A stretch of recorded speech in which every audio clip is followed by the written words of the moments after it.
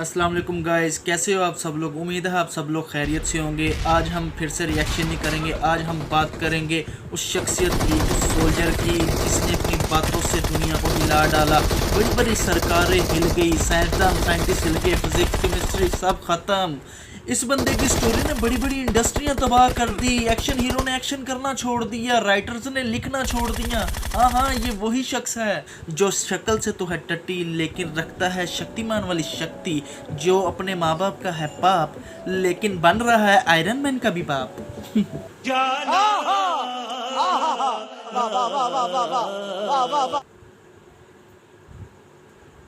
चले अब सुनते हैं यही स्टोरी उसकी ज़ुबानी। मुझ पे तो यकीन आना नहीं, क्योंकि अदालत साबुदाना मांगती है। उसकी सुनने से पहले चैनल सब्सक्राइब ज़रूर कीजिएगा, बेल आइकन ज़रूर दबाइएगा, क्योंकि सब्सक्राइब करने से मोहब्बत बढ़ती है और बेल आइकन से नज़दीकियाँ। चलो भाई देखो अब मैं क्या करता हूँ। उनको लगा कि ये सब मर चुके हैं, तो उनका एक जो पाकिस्तानी जो कमांडर था उसने अपने जवानों को आदेश दिया कि इनको रीचेक करो, इनमें से कोई जिंदा तो नहीं है। अच्छा, उनके पाकिस्तान के 2 सैनिक आए, आकर के हमारे जवानों के शरीर के अंदर गोलियां दागने लगे। तो मैं बेहोश था, लेकिन इतना बेहोश नहीं था कि उनको सुन ना सकूं या देख ना सकूं। तो वाह क्या एक्टिंग कर रहा है। तो जो मेरे सामने वाले साथी को जो सीने में आकर 4-4, 5-5 जो राउंड के ब्रस्ट मारे, डेड बॉडी ऐसे उछलती थी ऊपर की तरफ। सामने वाले को मारा, बगल वाले को मारा, मैं भी इस तरह से ऐसे पड़ा हुआ था। उसने फर्स्ट में यहाँ पर ब्रस्ट मारा, फिर मेरे पैर में 2 जगह पे मारा। उसको मैं देख रहा हूँ कि धुआं निकल रहा है, लेकिन उस गोली की पीड़ा को चुपचाप पड़ा सहता रहा। क्या राइटर हो जनाब, इस बात पे आपको जॉनी भाई का ऑस्कर दिया जाता है। आपके साथ वालों को जब गोलियां मारी तो वो उछल पड़े क्योंकि वो रबड़ के थे, लेकिन जब आपको गोलियां मारी आपको कुछ भी नहीं हुआ। आपको दर्द हुआ लेकिन आपने बर्दाश्त किया। मुझे तो लगता है उस टाइम आपके मुंह में किसी ने लौंग दिया होगा, इस वजह से आपने उफ तक नहीं की, और उस लौंग का असर आप में आज तक मौजूद है। अब आपको सारा दिन कोई दर्द ना दे तो आपको तब दर्द होता है, इसलिए आप दर्द लेने की गर्ज से डॉक्टर के पास जाके लोलोमाइसिन इंजेक्शन लगवाते हैं, क्योंकि आपका मानना है दर्द छोटा हो या बड़ा लेना ज़रूर है। समझ रहे हो? समझ रहे हो आप? समझ रहे हो ना? टपा टप मालूम ना। खैर, दर्द भरी बातें बहुत होगी, अभी इनकी दर्द भरी कहानी आगे भी सुनते हैं। बोलते क्या हैं।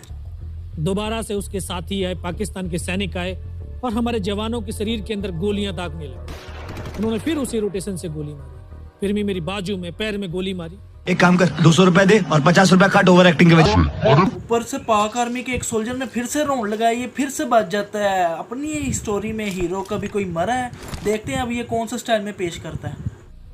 और तब तक एक विश्वास भी मैंने पैदा कर लिया था कि अगर इसने सर और सीने में गोली नहीं मारी, चाहे मेरा हाथ पैर दोनों ही काट करके ले जाए, मैं उफ तक नहीं करूंगा और मैं जिंदा रहूंगा।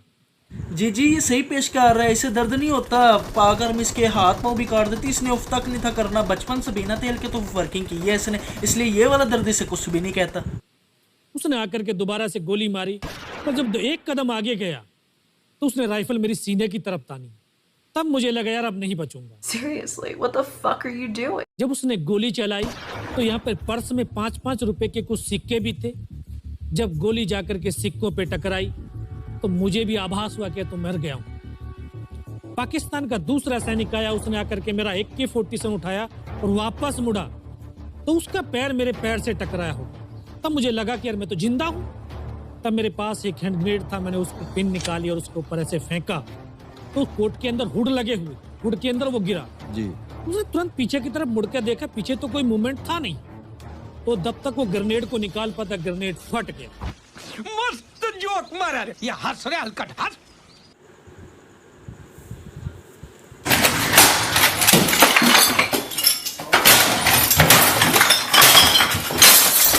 कहा था ना बच जाएगा, लेकिन इस तरह बचेगा ये उम्मीद नहीं थी। 5 वाले सिक्कों से बच गया। अब तो एजेंसियां पागल हो गई कि यार बुल प्रूफ जैकेट्स पे इतने करोड़ों अरबों लगा के हम उनको तहफ़्फ़ुज़ दे रहे हैं अपने फौजियों को, क्यों ना 5 वाले सिक्के रखवा दें। या हर फौज में एक ऐसा फौजी होना चाहिए जो स्टोरी लिखने के साथ साथ एक्सप्लेनेशन बहुत अच्छी देता हो, क्योंकि ये तो स्टोरी है। पाक आर्मी का पहले सोल्जर आया, उसने फायर किए, 7 वाले उछल रहे हैं, इस भाई ने उफ तक नहीं की, और ना तब उनको याद है कि मेरे पास ग्रेनेड है। लेकिन दूसरी दफ़ा आके फायर किए छाती पे, राइफल ले गया, ग्रेनेड लेना भूल गया। इनको याद है हाँ अम्मी ने मुझे सेबे वाला बम दिया था, वो चला लूँ। अजीब यार। मेरा ये वीडियो बनाने का मकसद किसी को डिग्रेड करना नहीं है। सोल्जर सारे रिस्पेक्टेबल हैं, लेकिन अवाम को आप चूतिया ना बनाओ। मुझे तो लगता है इंडिया की अवाम के माथे पे या तो चूतिया लिखा हुआ है या आप चूतिया बना रहे हो। इसलिए अमन का पैगाम दिया करो, और क्योंकि जंग तो तुम लोग लड़ नहीं सकते। बहरहाल चलते हैं इख्तिताम की तरफ। वीडियो पसंद आई हो लाइक एंड शेयर करें, सब्सक्राइब ज़रूर कीजिएगा मेरा चैनल, एंड बेल आइकन ज़रूर दबाइएगा। अल्लाह हाफिज़, पीस आउट।